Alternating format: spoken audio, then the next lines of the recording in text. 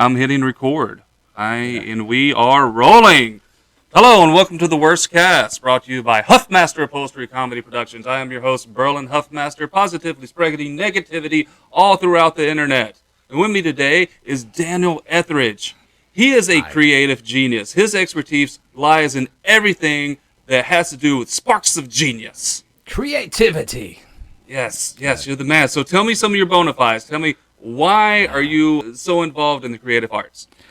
Well, I'm doing all kinds of cool art stuff. I'm painting, I'm doing ceramics, I'm doing stained glass, I'm talking loud on mics, I'm, connecting with people every day. I'm trying to make connections. I'm trying to inspire the world to become creative and have a great life doing it. Now, he's involved with a lot of great things, a lot of things that you should listen to or look at or watch. But this is the worst podcast. So we're going to talk about the worst projects he's been involved with. All right, let's dive right into it. Actually, let's not. First, let's give a little bit of background about where we are. That beeping you hear in the background, that is because that's the alarm for the door. It's one of those notifications when a customer walks in the door, because we're sitting here in the middle of Meridian Underground Music Exchange, the epicenter of counterculture here in Meridian, Mississippi. We also have the proprietor, Wayne Williams, sitting right here, if you'd like to say hello. Hello, how are you? Are you expecting an answer? I thought from the listening audience. Oh, yeah. Y'all are doing great. I'm sure. And you look good, too. Yes. Absolutely. He's just going to kick back, maybe chime in, crack-wise. But let's move on here with Daniel Ethridge. Now, we met a long time ago. I believe I was 16 when we first shook hands. Oh, man, that was forever ago. That's right. Mm-hmm. I remember you. It was awesome. Yeah, we worked on a variety show, you might call it. Local access, very Wayne's World. Mm-hmm. And it was called The Wild Side with Wayne Williams. Can I tell you my story about how I met you? Please, go ahead. Okay. I remember I was working with Elliott Street over at the Riley Center. And Elliott Street, the actor. Yes, Elliott Street, the actor. And at the time, the Riley Center was not reworked. It was like just in shambles. It was like a garbage building with trash and stuff, and they were trying to raise money to redo it. And I believe you were doing a stand-up show at Elliott's event. Mm-hmm. And I came there, and I saw you do a set. And this is like the absolute first time I ever met you. And you came off stage, and everybody's like, "Wow, that was awesome!" I mean, it was a cool experience for me because I'd never seen anybody do stand up, much less anybody that was kind of my age. Just like 16 at the time. Dude, that was so wild. And I just remember that, and I think I may have met your mom at the time or somebody that was with you, and it was cool. And then from there, it was just like we all hit it off, and we got together with Wayne, and it was just amazing. Wayne put out feelers for creative types around the area, and we assembled a ragtag band of misfits and banged out a few episodes of our goofy little cheap show. That's right. And it can be found on YouTube. Just Google or YouTube it, The Wild Side of Wayne Williams. You see that it's nothing special, but it was special to us. It was amazing. It got a lot of us started in the creative field. Yeah. And there's some good memories associated with it. Definitely. Yeah, Mom Studio 601 is a channel. Oh, Mum Studio 601. Check it out on YouTube. Now we'll dive right into it. Let's go to the first thing on your shit list, which is what? Oh, man. Well, it's really more of a story about when I was like 8 years old. I fell asleep in a car, and we went over a bridge, and the door somehow came open, and I just fell out of the car, and I literally tumbled at about a 40 mile an hour clip on a bridge, and it was weird because it's like my mom didn't even know I fell out of the car. This 8-year-old kid's like rolling around out of the car. I was like scratched from head to toe. There's no telling. I probably should have died or got run over by a truck that was behind us. But my mom, slammed on brakes and stopped the car when she saw me in the rearview mirror, like laying on the ground. Like, can you imagine seeing your kid laying on the ground? And like literally, she stopped, slammed on the brakes, ran out in the road, picked me up, and like they took me to the emergency room, and I was like knocked unconscious, of course. And I remember I have the same memory of waking up from consciousness, like somebody took a lens cap off of my eyes. It was literally like that. I could hear like sound, like somebody turned the volume from like 0 to like 100 of me screaming, and then it was just like you faded in. Yeah, like I mean everything faded in. My eye senses and my ear senses, like it's like went from 0, and then I just like that. It was like like that. It was crazy. It was like the weirdest thing ever. But like that was and then I had bandages for like 6 months, and everywhere I went, I looked like a mummy because I was like bandaged up, and I had scars and crazy cuts all over me from when I fell out on the road. It was you should nuts. be dead. I know. I should have. Maybe I did die. Maybe I don't that's know. you did suffer some kind of brain damage, lost something around. You got it. And this has influenced your creative projects ever since. Knock something loose. It made you abnormal. Yeah. But anyways, that's a life near-death experience that I had. I could have got crushed by the car. You know, it was weird. It was so weird. I bet. And you were 8. It's crazy. Yeah. All right. Well, let's move on to the next point on the shit list. What do we got? Okay. The next thing is, I was riding to school in the school bus. I was probably like in the 7th grade, and you know that game that kids play when they tap you on the shoulder and then they don't like do anything, and then when you turn around you don't see who did it, you know, because somebody's like tapping you on the shoulder. Well, anyways, that happened to me like the whole time I was going to school, and I was just like fed up. So I like turned around and just punched some kid in the face. It was like the craziest thing I'd ever done in my life. Like I would never do that to somebody, but it was just like the weirdest thing. It's like I don't even know what come over me. I just like went nuts. I just snapped. Just like to say that he was 30 at the time. Yeah. No, I was like 8 or 9 or something, and like kid was probably like in, you know. You know the shit I've been through, kid. Wow. I almost died. You know, that's like, I heard my own screams fade in. you know. I wouldn't do that nowadays, you know. I'm not after punching him in the face, but anyways, it was a trip. Okay, well, what's next? Okay, one time I shot a bow and arrow through my neighbor's car window. That was yesterday. Yeah. Wasn't there. Oh, by the way, Wayne is his neighbor. He's just now learning this. Yeah, no. I called the police on you for that. I don't even know why we did it, but we were just outside, just kind Whoa, of. no. Did it break the window? Or it went through an did. open window? It did. Oh, hey, hi. Oh my God, no, it's been a while. We just got people coming in. We were recording in a public space. You want to come say hi? Come say hello. Hello.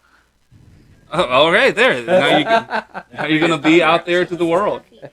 Nice to meet you. My name's Nelson. Nelson.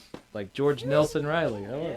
All right, good to see you. Ooh. Yeah. Sorry, I didn't mean to interrupt you. No, Yeah. please I interrupt. was just excited to see you. Well, what's the worst creative experience you've ever had? Worst creative experience? Using the wrong paintbrush.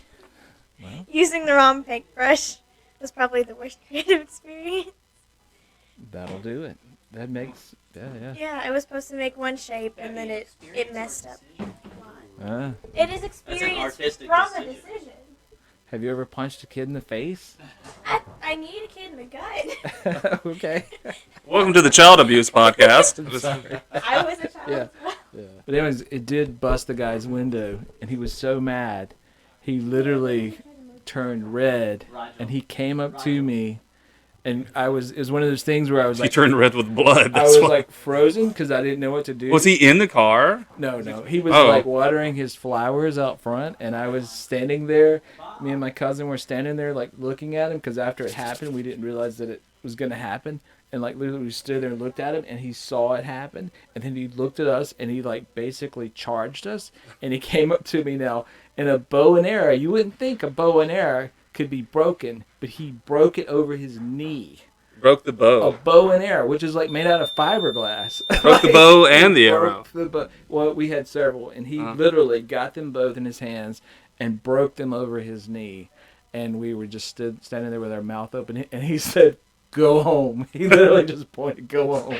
Don't ever come back over here." It That's was the almost craziest ceremonial. Like, break thing. your Yeah. bow. He Go kind of, home. like broke us. I mean, literally, the dude was like an ox. So, anyways, Now, when you said you shot a bow and arrow through a car window, yeah. the first thing that came to mind was I envisioned it 2 open windows. It goes through one window and out the other as the fellow's driving along with the feathers brushing his nose. Yeah, That's what I saw. But, that's a great visual. yeah, but no. Instead, it was just vandalism. Yeah. Anyways, that was not fun. Anyway, that was a very elemental moment. That was a defining moment in your life. Yeah. Just, I guess, kind of a note to self. I guess you haven't done it since then. No, definitely not. I do have a crazy. Now he uses crossbows. All right. Well, now up next on the list de la toilette. Okay. It's funny that you say de la toilette because I literally was about to talk about something that happened in a bathroom. Okay. Uh-huh. It was about 8 years ago. I was in Jackson. Oh, why does everybody come out to me? No. There's no coming out to anybody. No, I was in the bathroom. I was watching a movie. I was at the movie theater, and I was actually watching a movie. I had just drank a 32-ounce soda, which is a lot of soda. It's a lot of soda for your bladder. One of those bladder busters. It's a bladder buster, that's right. And I had just ate a gallon container of popcorn. Let me tell you, I was full. Okay, when I say I was full, I was really full. Okay, I had to go to the bathroom really bad. So anyways, I go to the bathroom.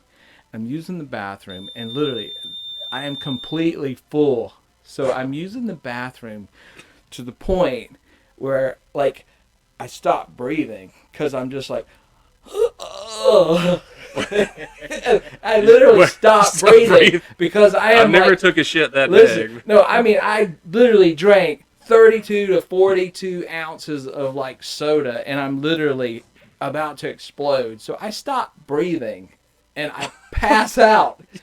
My junk. I think that's how Elvis died. Like I am using the bathroom, and I pass out mid using. I'm at a urinal, and I pass out.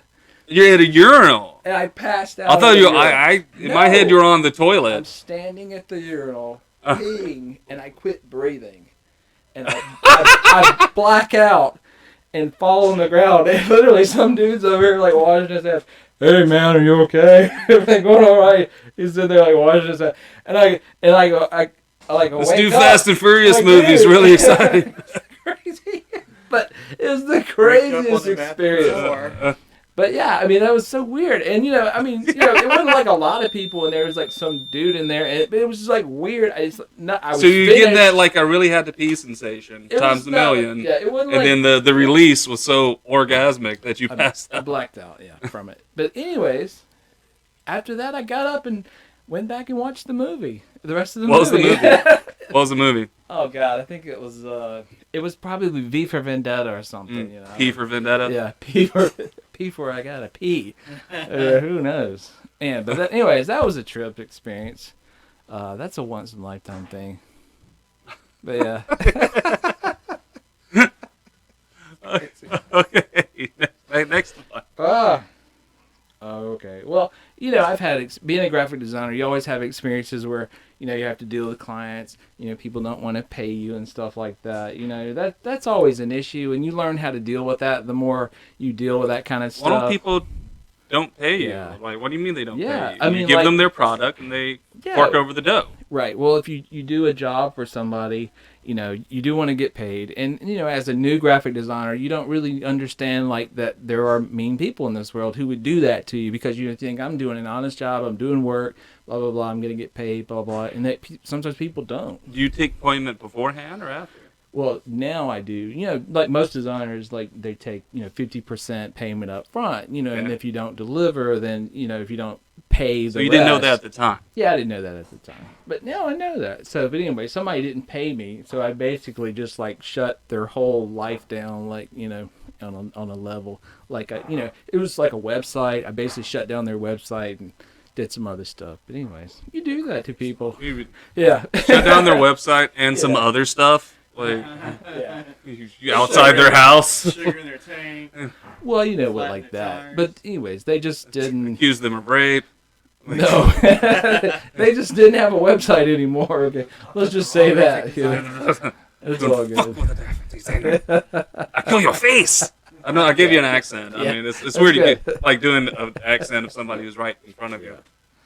Yeah. The guy had to go run off to Mexico and start a new life. There's nowhere where the graphic designer cannot find you, my friend. Yes. You will be found. What's You killed my father. the Liam Neeson thing? I will find you. I will search for you. You will be destroyed. Amen. I have a very specific set of skills, mostly graphic design. I will design you a box. Hero. Oh, the coffin. Right. That's funny. Oh man. Yeah, all right. Next on the shit list, what you got? That's it. I mean, I could probably. That's think it. of some That's the stuff. only things that have ever happened to you in your Well, life. You have lived a charmed life, my friend. No. I mean, there's tons of stuff. I just gotta remember them. It was. Most of his life's positive. Yeah, it's good. Yeah, it's like, and just let me tell you that he is a super happy-go-lucky guy. I cannot meet a nicer human being. It's been too long since I've seen him again, and I really appreciate you sharing your experiences here on the Words podcast. Yeah. And I think we're going to wrap it up now. I think we're going to finally shoot some new sketches for the Wild Side after 25 years or something of that Dig it. nature. Yes. After a good quarter century, the Wild Side Wayne Williams is back. So keep on the lookout for that. Until then, this has been the worst. Dig it.